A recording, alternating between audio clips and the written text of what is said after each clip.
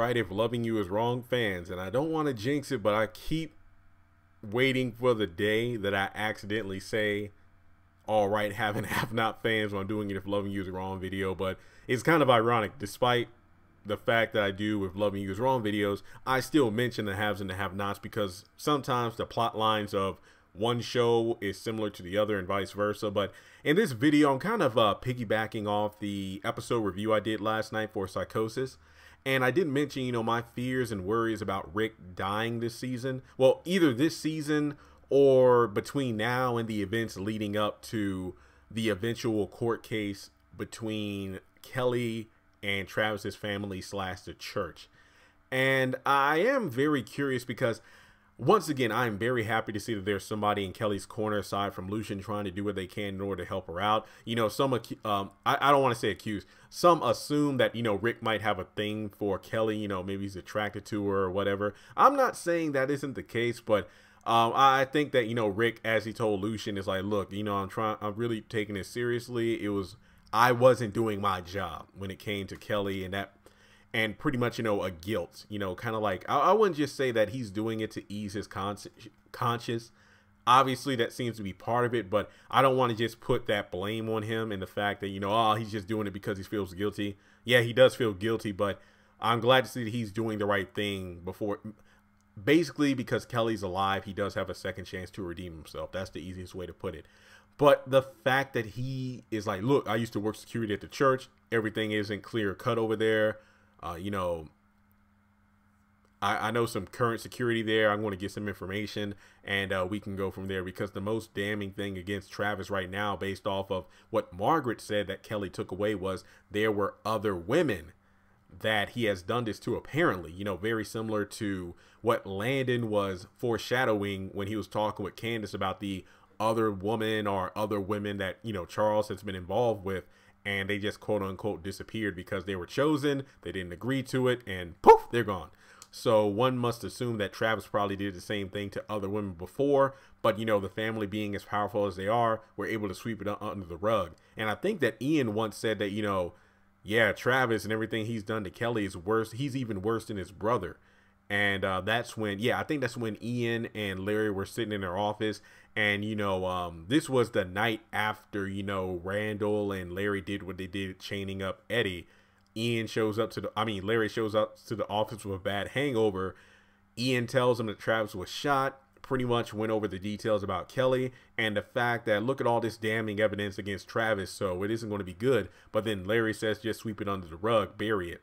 So I do feel like Rick does have a substantial amount of information that he can gain, but at the same time, I just feel like it's a bit too easy. I just feel like it's way too easy, and it's like, Jeremy, you're overthinking it. This is a review channel. I know. This is what I do for a living. I overthink. Sheesh. But I just feel like it seems way too easy for Rick to just have a contact like that without there being some backlash or something. I just feel like... Oh, sorry about that phone call. Hello? Okay, so yeah, it was just a telemarketer as always. But in any case, I will feel I'm sorry, guys. I know that's unprofessional, but I'm too lazy to edit it out, guys. It's a Monday.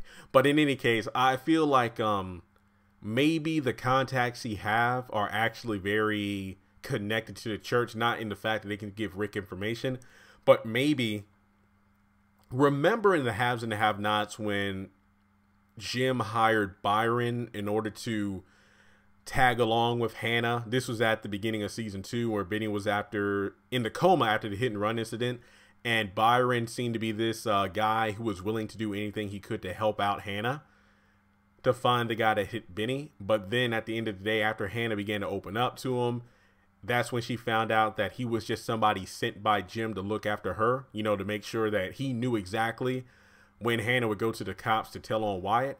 I think that maybe one of these contacts that Rick has at the church is someone that, you know, the church has set up, and it's like, okay, we have Kelly down for, you know, killing our son and everything, and she's guilty, but we need to make sure we cover our tracks. So let us know if there's anyone, you know, poking around for information. So I think that Rick might get his ass in trouble by trying to help out Kelly. I mean, one could assume, well, Jeremy, I kind of get what you're saying, but you said that this is too easy. Well, remember, Kelly almost took her own life. And luckily, since she's alive, Rick has a chance to redeem himself. So that's not easy.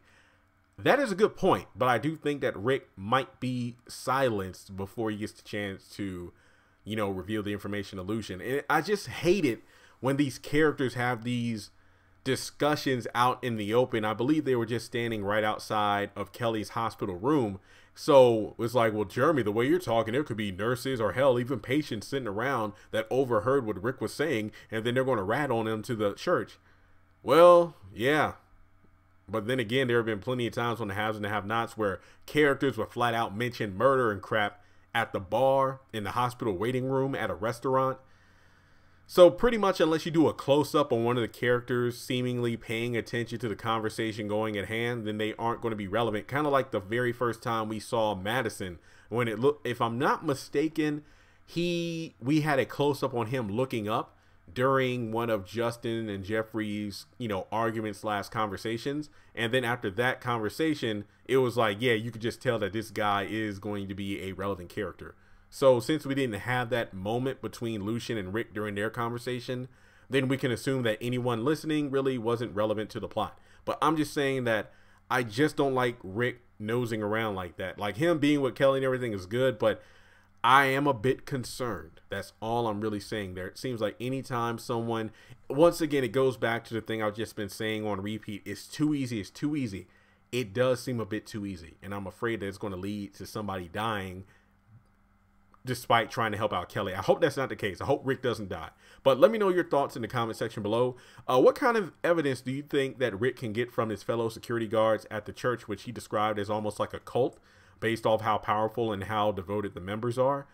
Do you think Margaret will ever show up again? I just feel like, you know, her showing up at the infirmary at the police station and then dropping the other women thing was just a bit too suspicious for me. But then again, like I said, overthinker, suspicious by nature. And as always, give this video a thumbs up, comment your thoughts below, subscribe if you haven't done so already.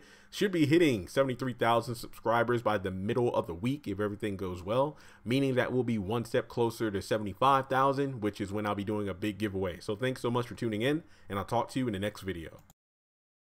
Congratulations on making it to the end of this video. If you like what you just saw, make sure to hit the thumbs up button, or if you have anything you would like to add to the video, make sure to leave your thoughts in the comment section below. If you want to keep up with me on social media, go to the description box. All of my links for social media are right there. Also, if you feel like you would like to donate to the channel, make sure to click on the link to PayPal.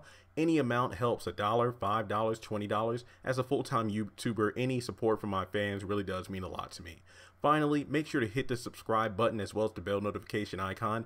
That way you're kept up to date on any new content I post to the channel. Once again, thank you so much for tuning in, and I'll talk to you in the next video.